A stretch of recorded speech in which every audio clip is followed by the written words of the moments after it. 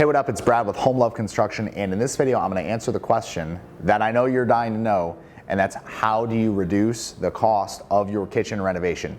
God, our kitchen renovations expensive. They're amazing though.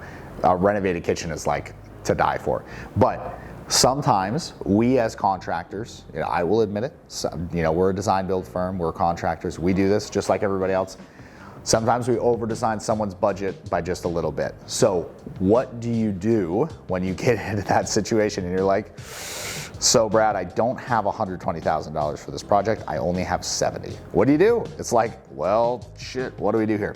There are some real solutions that actually can still give you a really amazing product without having to sacrifice too much of the functionality or the look of the kitchen.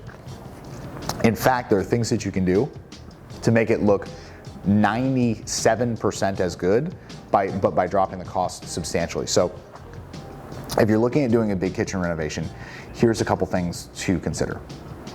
Number one, the first recommendation is if you're blowing out a wall that's blocking up your kitchen, don't drop that piece. Keep that piece in. That is my first recommendation, is don't drop the structural elements, because that is gonna totally change your whole aesthetic of your house. That is almost always worthwhile, and it makes your house sell for more. So here's what you do.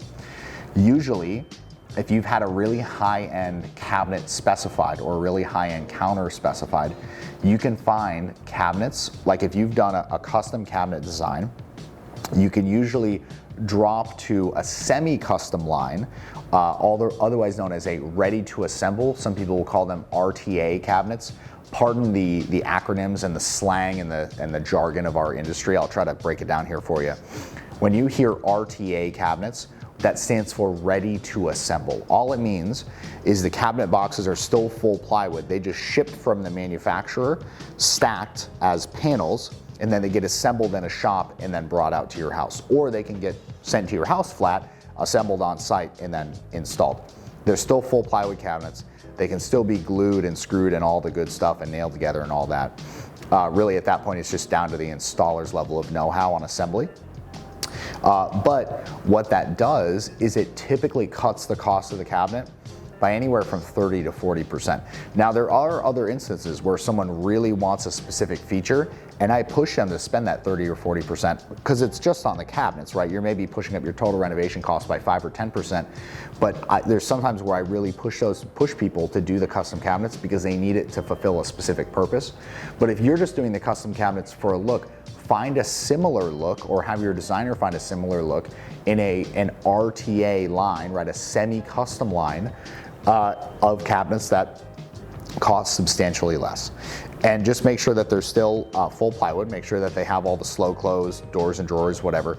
Usually if you had special features in them, you can just add those in as aftermarket, add-ons anyways. You can still have the mixer stand, you can still have the drawer inserts with the little dividers for your cutlery and all that cute stuff. You can still have all that. You just have to add it in, and you have to find a way to make it work with the cabinets. Now, what I do not recommend is taking those RTA semi-custom cabinets and trying to make them fit a custom application. That is a recipe for disaster. It almost never works. I don't recommend it, so don't do that. Find a way to make your design work in the RTA without having to get crazy on custom modifications, because they're not made to do that. There's a reason there's custom, there's a reason there's the semi-custom. So that is the best way to reduce the cost of your kitchen renovation. Now, I'll give you a bonus one here, a second one, and that is if you can drop from, like, let's say you found a quartz, like a Cambria quartz that you really like, right? If you can go to a local stone yard, and when I say stone yard, I mean somebody who is literally buying slabs of quartz or granite and storing them in the yard and selling them by the slab, you're typically gonna pay substantially less for a very similar product to what you're gonna buy from, a Cambria or a Silestone or something like that. Now, keep in mind that if you go to a stone yard, you're not gonna be able to get like the freaking blue, like literally like as blue as my jeans. You're not gonna be able to find blue countertops or red countertops that are like as red as that little like love. Okay, you're not gonna be able to do the crazy stuff.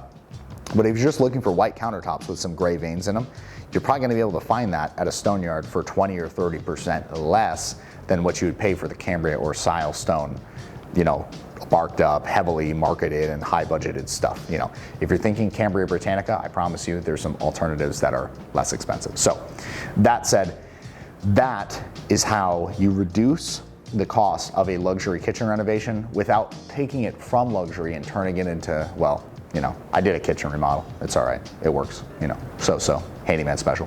You don't have to go quite to that level. You can reduce the cost in a reasonable way, still have an amazing product, and then still have a contractor that's happy to work for you. Because that's the other thing is, as contractors, you know, we're a design build firm. A lot of our payoff is at the end of the project. We need the freaking pictures and the beautiful, you know, setting of like what it looks like at the end. We need that. Like, that's part of our portfolio. We got to be able to be A, proud of what we're doing, and B, we got to use that to go show people what we're capable of doing. So if you wind up designing a project that we know isn't going to look good, there's going to be no excitement to do it because it's not going to wind up in one of the huge benefits that a contractor gets, which is adding to his portfolio and the pride of what you can show off that you've done. So realize that that's an important point. You know, we have a lot of videos about contractor psychology, and so definitely go and check those out if you're interested in what I just said about how to have your contractor really bought into your project. And we're going to be doing more videos about that in the future. So keep an eye on the channel, and if you want to get notifications of those videos, hit the subscribe button and then hit the little bell next to it, because then my videos will pop up in your feed, and if you hit the bell, you actually get a little notification of when I post a new one. And so obviously do that if it brought you some value. And then if you need help designing your kitchen, if you are doing a kitchen renovation and you want help designing your kitchen, we can help you, even if you're not in Florida. We do this worldwide. We do kitchen design, custom kitchen design. Go to homelove.construction/design and you can start your custom kitchen design right now with our team. Thank you for watching. I'll see you in the next vid. Peace.